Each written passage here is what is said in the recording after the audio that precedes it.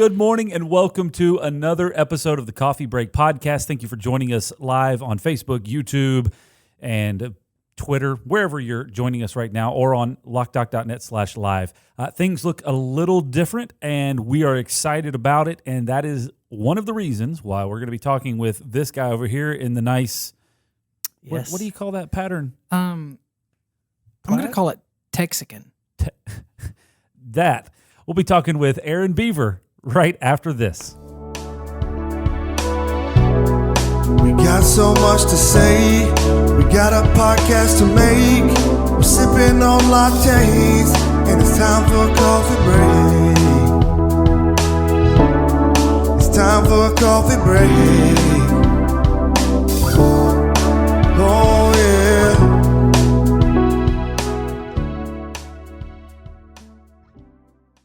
All right, welcome back. Really excited to have this conversation with one of my acquaintances. Yes. Very good acquaintances, Aaron Beaver.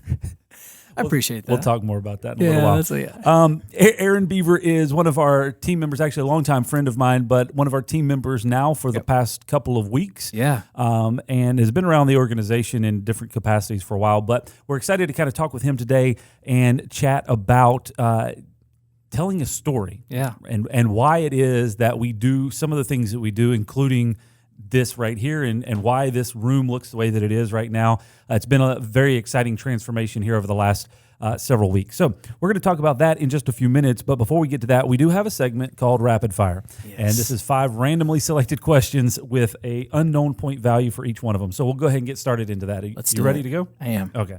All right, so here we go. Rapid fire question. Number 1, what is your favorite part of the county fair? Ooh, that booth where they fry everything. All fried foods? All the fried foods.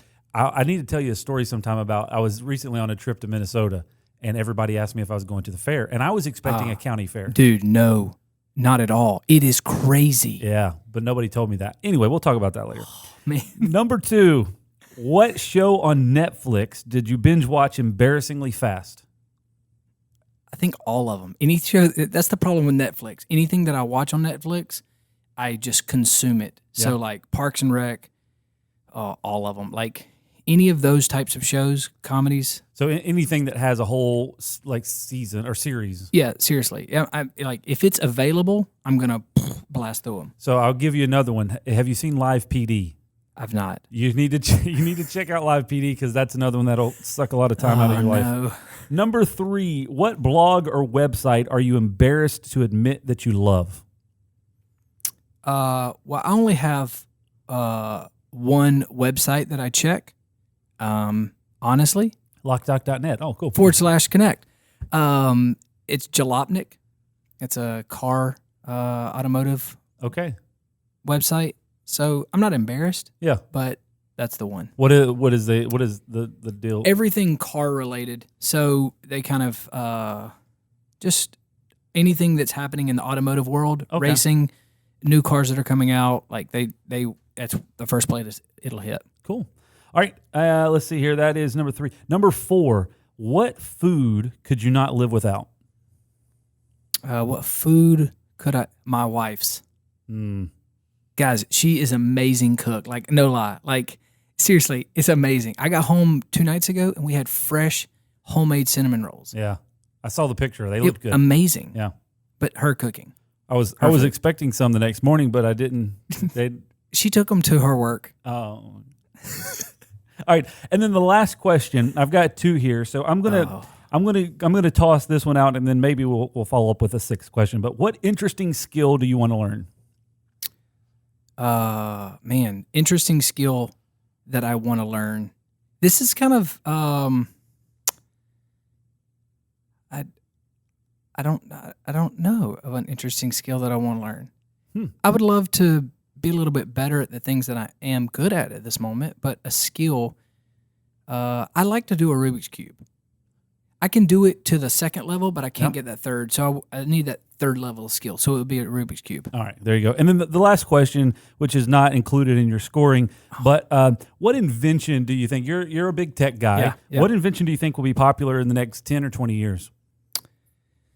The next 10 or 20 years in the progression, man, it's moving so fast. So 10 or 20 years of what we used to think 10 or 20 years is not even relative. Because 10 or 20 years ago, personal computers were just like, not everybody had them. Yeah. Now everybody has a personal computer in their, and I say a flying device of some sort, fast communication, internet speeds of instantaneous, and I honestly believe we will learn how to get tech inside of us. Oh, seriously, to be able to access that data. Yeah. I gotcha.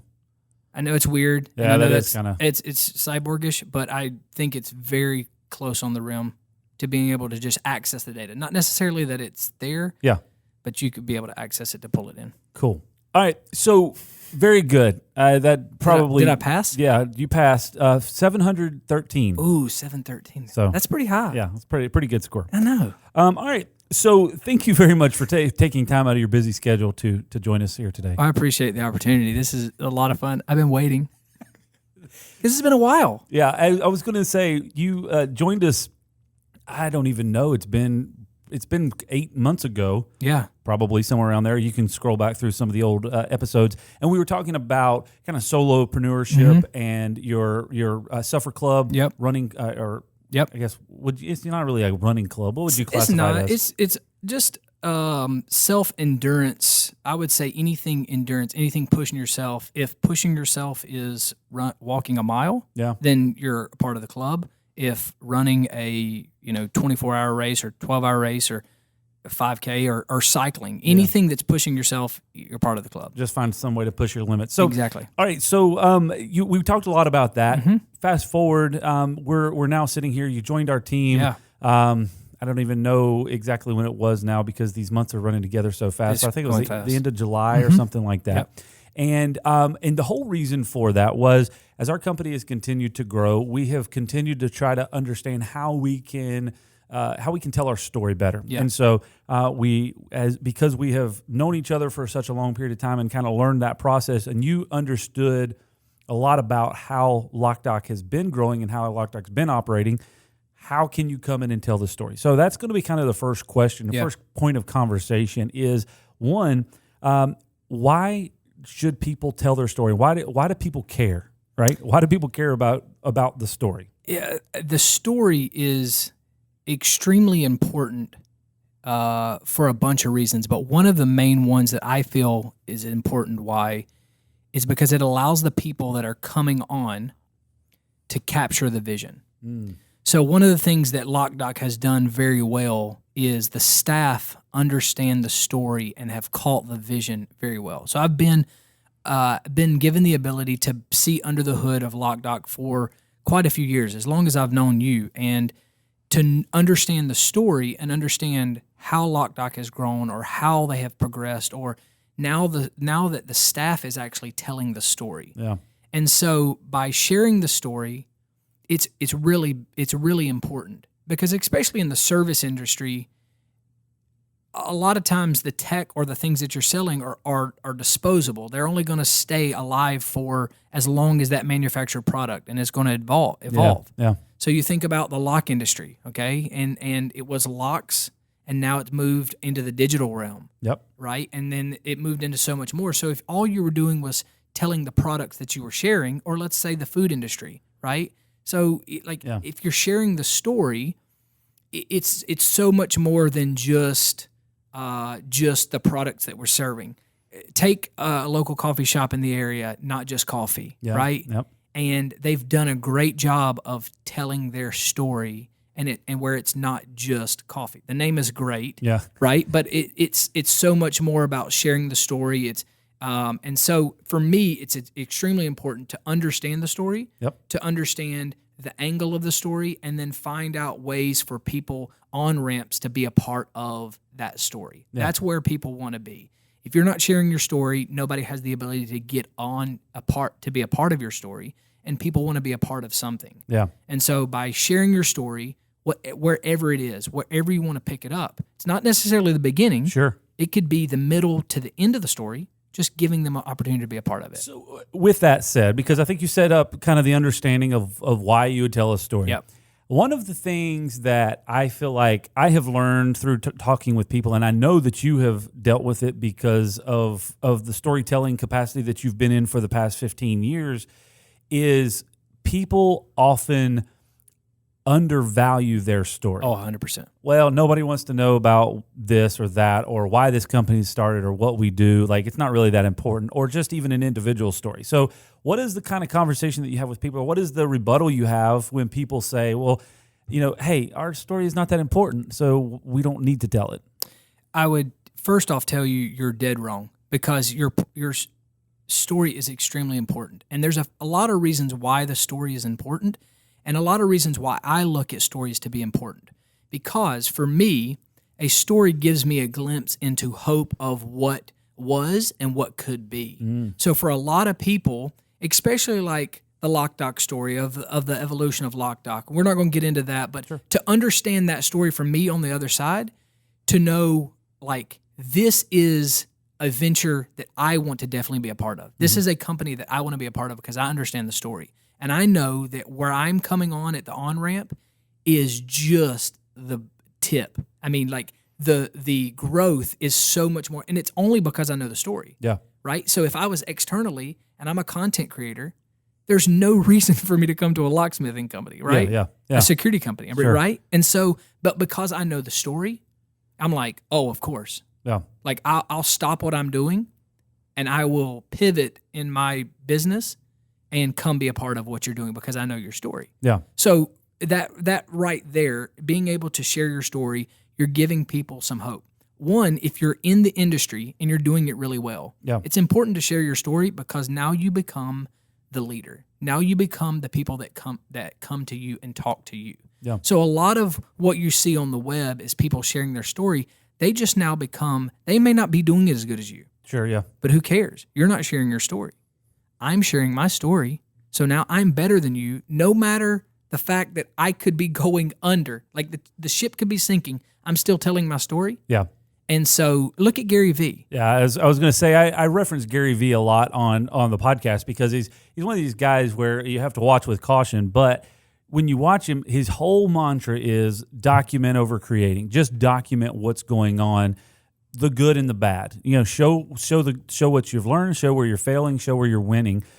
It's just sharing that. So people do business with people. People want to do business with somebody that they understand. They don't want to do business with some, organization that they're not familiar with. Right. So if you're in that space, you take the Gary Vee space where he has the VaynerMedia. Well, if you looked at all of the options out there, VaynerMedia sticks out by far. One, because they're having a constant conversation with people, and two, they're telling you, hey, we know who we're doing business with. This is not just some figment of a company that we don't know. All that to say, and this has been something that we've had this conversation quite frequently around here, is somebody like VaynerMedia. So we can just kind of take that whole Gary Vee thing, is not a company right now that Loc-Doc is in the capacity to work with. Correct. Right? They're a little above where we're able to achieve. However, there's a constant conversation happening. Mm-hmm. And at a point, 5 years, 2 years, whatever down the line, if we ever needed that, where's the first place that we're going to go? Dude, right there. Because you know that. So in the same thing with telling your story consistently, maybe it's not with people that, and again, I've never engaged with Gary Vaynerchuk. There's no connection there. I'm not liking his stuff all the time, but I'm aware of him. And it's the same kind of conversation that businesses have to have as well. So you look at Gary Vee, just we're going to use him as an example at this moment. The amount of content that he's putting out, even if his content is garbage, okay? Even if his methods are terrible, the amount of content that is hitting the market puts him in a position of leadership. And so that's one of the things that marketing strategies and telling your story, essentially it's not necessarily, like if, let's say you do a project where you're going to tell your story. Instead of doing a 30-minute video, look at what Gary Vee has done. Cut it into 1-minute segments and have 30 videos. Yeah. So literally for the next 30 days, you cut part of your story. And so he's learned how to mass hit the market and spread it.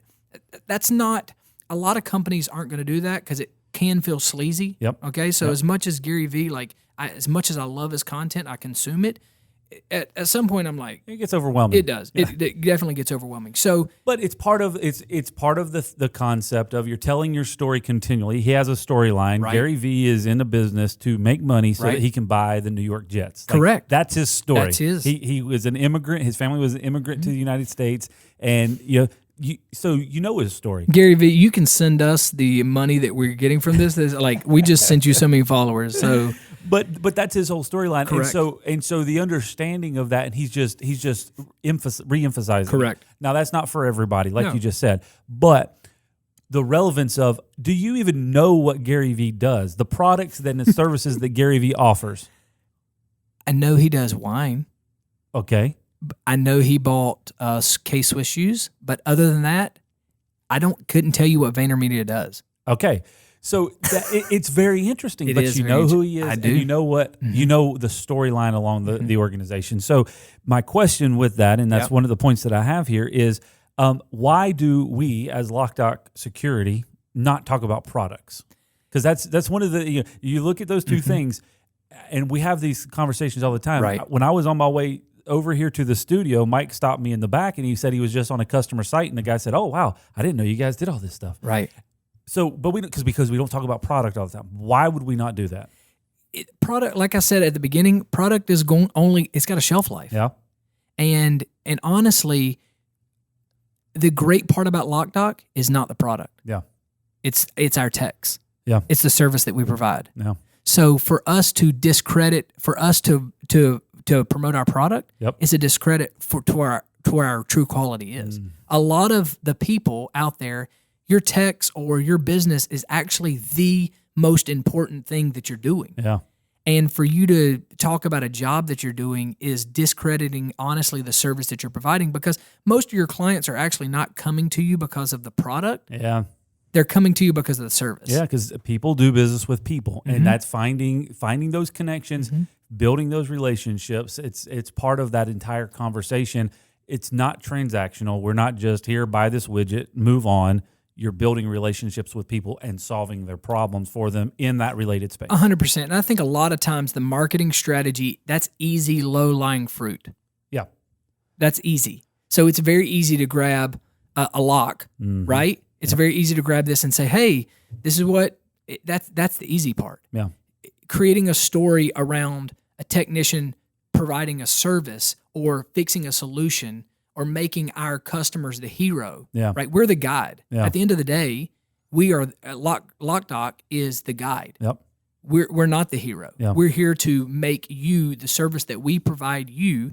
That's Well, we had that conversation fairly recently, and probably very animated. Oh, very animated. I chopped a lot of wood.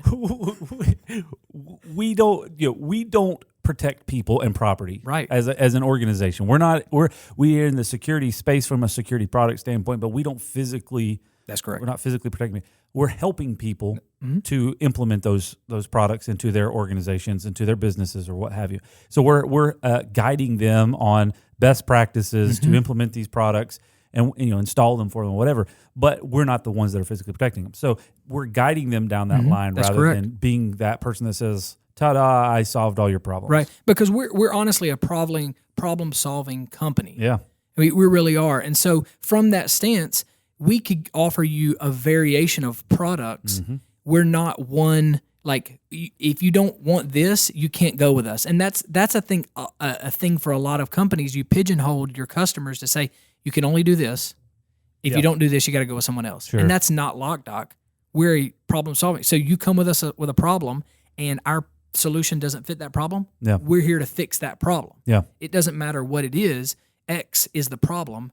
We'll put whatever product we need on it, Yeah. or we'll suggest the correct thing that we feel, and then if that doesn't meet your problem, if that doesn't check all your boxes, we can still fix that problem. I think we should rename everybody's title in the organization just problem solver. Dude, I agree. Honestly, for me, I have taken that on.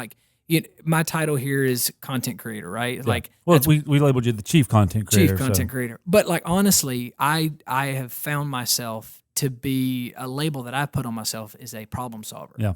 And so I love to look at things from the problem, work it backwards. Yeah. So if it's a story, that's the way I do it. But that's kind of my thought is like Lucas, who's our app developer, right? Well, he's a problem solver. Dude, he's a great problem solver. He's solving problems that we have from an organization management process of data. Levi Gray, dude, he's a problem solver for customer service. Right. Nathan is a problem solver for scheduling. Right. Mike and Andrew, problem solver. Yeah, I could go through the whole list. One of our all our technicians are problem solvers out in the field. Right. Yeah, that's what we should just name everybody a problem solver. Dude. Accounting, they're solving. They are. We are very appreciative of our accounting department. Thank you, guys. So anyway, so you're telling a story. We don't talk about products because we're talking about the service and the service and helping people get to that, because we're not selling one widget over and over again. Right. So let me ask you this. I kind of want to shift gears a little bit as we are talking through this conversation. In the previous time that you sat in a similar setup, and we had a conversation on the podcast several months ago, we were talking about solopreneurship, and you were at that time your own boss, doing my thing, doing your thing, working in my container, like living it up, working in the container. And here's the question: what changes? I know there are a lot of things, but the concept, and we talked about this a couple of weeks ago in one of the Monday motivation videos, is the difference between running alone and running together. And in that analogy, we were talking about physically running by yourself, pushing yourself versus running with others, and how much farther you could go. How are you seeing that transition from doing your own thing to now joining a team that you're part of a bigger overall goal? So I am one of those people that get energy from being around people. And so very early on, working in the container, I knew that I was either going to have to bring somebody on or join someone's vision. And so this was a conversation that me and my wife had very, very periodically. We had periodically because we just knew I work really well with people. I am a person that you can tell their vision, and I will take it farther than they ever thought. Yep. Case in point, this studio. Yeah. You told me you had a certain level, and my goal was to exceed that level. Yeah. And guys, it is really, really nice. Like, there's very few things that I'm like very, very proud of. This is really good. It's like if you're listening to this podcast, you should definitely go to Facebook, YouTube, find the video and watch it, because it's incredible to see the difference of 1 week ago versus today. Correct. We're in a completely different room, completely different. But anyways, continue. Yes. And so knowing that this was something that I love to do, I was able to create content and products for people. Yeah. But I really wasn't able to, as long as I was there to make a video for them, but it wasn't long-term stuff. And so me, I'm the type of person where I want to see continual growth. Yeah. And so it was a hard decision, but it was something that I knew I needed. Yeah. So I was willing to give up the easy life, the commute, the 10-foot commute to now 45 minutes to an hour and 30 each way. Yep. To be a part of something. And I know that's a large give up. Like, we had lunch with someone today, and I told them on the car, the 2 months prior to me coming here, I worked 48 hours in a month. Yeah. And I'm commuting 30 hours in a month now to a job where I'm working, a lot, and I'm enjoying it. Like, I know I'm in the honeymoon stage, but I was willing to make that decision to be a part of something greater than just what I was a part of. Yeah. And it helps as a whole, because we've even talked about this here internally, and we could go off on all kinds of rabbit trails with this, because it's finding the right people. It's the old. If you read the book Traction, he talks about putting the right people in the right seat on the bus. Right. And just having, as we've started to bring additional people into the organization, there's other benefits that happen that you don't necessarily intend. Right. So, all right, the goal is come in here and improve the quality of the content that we're delivering, improve the quality of the documentation that we're doing. But the other things that have happened as a result of it, were unintentional, but they're beneficial, and it brings energy with other departments, and we're finding ways to elevate and bring everybody to the next level. And I think that's that whole philosophy of running alone versus running together is as people come together and find their groove, kind of find their place in the organization, they can help take things farther than what was ever expected. For sure. You know, being a part of the team and finding your place and you know, what you said right there, prior to this, I had many other job opportunities. Some outlandish stuff, like some stuff that you'd be crazy to turn down. But I just knew it wasn't the right fit. And I think that for me was the big thing. Like when you first initially had this conversation with me, like I got off, I went out I got in the car and called Brittany, and I was like, babe, I think I'm going to do this. And she was like, what? Are you, what? Like, had no idea. It just felt right. And I think that's the thing for a lot of people. You're going to find, there's going to be a seat that you're going to sit in. You're going to have the opportunity to sit one moment, or the opportunity to see yourself visually in that seat. And you're going to be like, dude, I'll give everything up to do this. Yeah. And I felt that way in that. And it's just, I mean, I'm excited about it. Like I know what we're doing right now is just the tip. Yeah. And I have a good skill that I've crafted. Yeah. And we're only just right now touching the tip, and it's been nice. Well, and one of the cool things I think with it was something. Actually, I was having a conversation with somebody else in the organization. I believe it was a couple of days ago, and they said something. They had been away at a conference, and they were talking with some other people there about how they were frustrated with implementing or trying to get things implemented within the organization, and every time they brought it up, it just got squashed. And the guy said, "Well, I don't run into that. Like if I come up with an idea, it's like, let's go get it, And I think that the reason that I bring that up is that's what's happening. It's all right. This is a general direction that we're headed in. What do you think? How can we make this better? Because I don't know. Yeah. I mean, I have the level that we were at before from a content standpoint was stretched well past my capacity. Well past Chris's capacity, well past everything that we could do, and now it's okay. We got to go to the next level. Same thing with content or with app development. Same thing with some of the accounting stuff that we've brought in. Same thing with project management. All of those training. You name it down the line, and you see the structure of growth. It's because you say, okay, we're finding people, we're trying to create a vision and a direction, and then we're bringing it all together. That idea and that thing where he's away and he's talking to other employees at other jobs, and they're like, man, my ideas are getting shot down. I will tell you, that is one of the most the craziest thing that I realized being here at Loc-Doc. So I have come in, I've made coffee, I've hung out at the office. Like I've actually come and created videos here to, where I've been able to work in the office. But I did not realize the staff culture that we had until our most recent Wednesday morning meeting. And I'll just kind of give you an under the hood of one more of the reason why I have made the decision to come here. In the Wednesday morning meeting, all of the staff had the opportunity to share, the key leaders, and had the opportunity to talk through.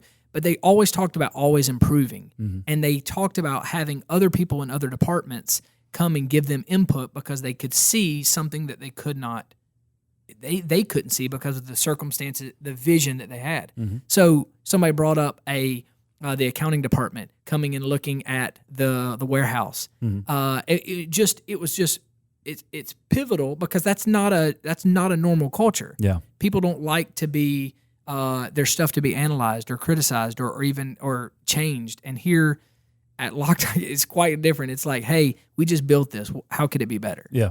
How could we tear it apart and make it better? And that it honestly, it's a big deal. It's really a big deal. So well, it's really cool from the other side of things to see the ownership happening of this is a thing that I'm working on, but it's a thing that we all worked on and improved. Yeah. I can remember several years ago we were having a meeting and asking for some feedback on some processes, and somebody asked a simplistic question like, is there in one of our old systems we had a limitation of like 4 pictures that we could add, and they were just pictures. You literally, there was a work order and you would just put pictures on there. No idea what the pictures were. The only person that knew what the pictures meant was the person that put them on there. There was no description, anything. And somebody said, is there a way that we can, like, I don't know, put a description with the picture so that it makes it easier for people to see? I was like, yeah. How long has this been a problem? You know, and we changed that that day. Yeah. And you know, it was like the best thing ever. Yeah. You know, and I didn't come up with that. Yeah. Other people came up with that, and they just said, "Hey, this is a problem that we see. Hey, this is how we can implement it." So it's trying to find that, and those are the type of stories right? That you have to figure out how to communicate so that, again, that was you literally you go back probably 4 or 5 years ago for that story to happen. Mm-hmm. So the amount of people that have come into this organization 4 or 5 years ago didn't realize that or may not realize that, and so you've got to find ways to share that this is an open format because, like you said, it is typically unnatural, right? And so you have to kind of set the stage of a storyline to say this is how we operate. We're looking for feedback because we want to be in a state of always improvement. Yeah. So if you were an employee and you knew that a business was like this out there that would take your suggestions, most people go to their job and there's no benefit of any involvement. Yeah. No, our employees, everybody that works here has buy-in because they know that their voice will actually be heard. So the process and what they're doing to advance it and make it better, there's some buy-in. Our techs that are driving trucks, they could come in and suggest something to the office staff, and it would actually be a real life like implementation. Yeah. Our office staff has went out and rode with people in the trucks because we can see something that they can't see, and our truck staff will listen to us, and our office staff will listen to the truck. It's just the way that it works here in the business. Yeah. And so if an employee, if we could share that story, us getting like good people, it's a no-brainer. I remember, and part of the story, right? So here's a storyline that I heard. This was at a completely different organization. I was just having a conversation with 2 people that were a part of an organization. Yep. And they were talking about the fact that they felt like all they did, they were told how to do what they were supposed to do, and they were supposed to be in a space where they had a little bit of creative freedom. Mm-hmm. But every time that they presented what it was that they were asked to do, they were told how to redo it in the way that made sense from somebody else's perspective. So they essentially choked out the creative capacity of the people that were operating in those roles. And it was a very impactful conversation for me to listen to because I was not connected to that at all. I was just kind of an outsider paying attention going, well, that's something interesting because I was hearing a very candid conversation about something that didn't necessarily directly affect me.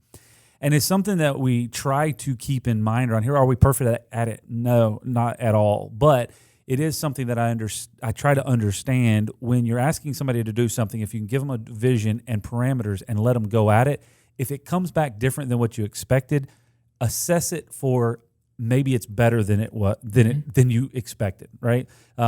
Case in point with this studio here, we walked in here. I remember when we walked in here and it was dirty carpet and torn up walls.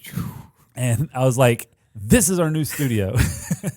Trying to figure out how to say, okay, this is an idea and go at it. Yeah. And what, as it turned out, is much better than what I would have done, but it's much better than I expected. So I was trying to find that. So let me ask you just one question. Because that's not how this works. I know this is not how it works. So the culture that we've created here at Loc-Doc, giving people the opportunity to share their inputs, how do you feel? Because I know the way that I would have done it, but how have you made it comfortable for your staff to feel like that their voice would be heard and that their ideas wouldn't be dumb and crushed and where they would not? We've not done a good job at it all the time. There was many times where somebody brought up an idea and I was like, that's dumb. We're not doing that in a public forum. And then I was like, that was not smart. Like, it takes a long time to undo that. The way that we've seen some success with it is somebody brings up an idea, we tally it on a board and try to figure out what is priority or not. And then the ones that are implemented, when they're implemented, we come back and say, this was implemented because you asked for it. So here's a tangible takeaway for this podcast, because I think as leaders, if you're wanting to do something great for your organization, he said it right there. You want to take all of the suggestions. Mm-hmm. Don't criticize any of them. Yep. Just tally them. And then the key leadership that needs to make the decision, go behind closed doors, hack them to pieces. Like, seriously, take a machete to the suggestions, but don't do it in front of the people, because as soon as you stifle their suggestions, they're going to close down. Well, and I'll add one extra on that, because we've done it both ways, but we've also done it in a sense where we list out everything that's suggested, and then we give everybody, and I learned this tactic from being in some other meeting, give everybody a vote. Then they go in and vote what's important, right? Because you've got 30 ideas on the board, you've got 30 people in the room, give everybody a vote. It'll quickly narrow that down to 5 or 10. Right. You take those 5 or 10 and set them over to the side, and now you say, okay, now everybody's got to vote and vote on these top 5, and you'll quickly find the one that's priority. There you go. Once that's found as priority, then everybody has buy-in. Yeah. Because the group came up with the idea, the group voted on it, the group decided what the priority was. All I did at that point, or all any of the leader did at that point, was facilitate it. And then now it's carried out with a high level of empowerment and a high level of ownership, because they came up with the idea. They see it as the most relevant thing to be fixed in the organization, rather than somebody in a leadership position walking in and going, this is the next thing, and we're all going to do this together. Yeah. It gets a faster buy-in for the organization, for sure, because they came up with it. Yeah. No, I love that. That's kind of like how I won the SOP for the coffee machine. Yeah, no, you're actually, that is case in point, and that was facilitated by Levi. Yeah. He was talking about different things that needed to be SOPs done, standard operating procedures, and I said, run this process, and he did it, and I suggested the outcome is a coffee. The coffee machine. I suggested a coffee machine, and literally it won the vote. Everybody voted to create an SOP for the coffee. So sometimes it backfires on you. It does, but hey, they didn't shoot it down, and we're gonna have a phenomenal SOP for the coffee machine. I can't wait to see it. It's gonna be good. Yeah. It's going to set a new standard. It is. All right. Thank you very much for your time. We need to wrap up, because we've been chatting for a while here, but it's been very good and valuable information. Finding ways to tell your story, 1, so that you can communicate it to your team as your team continues to evolve and grow, and 2, so that you can communicate it to your customers of who they're doing business with. Correct. And you could have a step number 3 there of be intentional about finding out the story of your customer. Correct. Because now you're able to really... We didn't even touch on that. Yeah, you're even able to solve their problems better if you understand their story. Yep. All right, that's all the time we've got for today. If this is your first time watching or listening to the podcast, we're in a new studio, and I don't know what camera I'm supposed to be looking at, but we do this every single week. We have a brand new episode. It comes out at 9 a.m. on Facebook, YouTube, Twitter, and Loc-Doc.net/live, and then it's uploaded on the audio version shortly thereafter, and you can subscribe on whatever podcast network you like to listen to. We'd love to have you join us for that on a weekly basis. If you have any suggestions or comments, please leave those below, and we'd love to hear from you, and we will see you next time here on the Coffee Break Podcast. To learn more about the topics discussed today and to connect with us online to hear all of the episodes available, visit Loc-Doc.net/podcast. We got so much to say. We got a podcast to make. We're sipping on lattes, and it's time for a coffee break. It's time for a coffee break.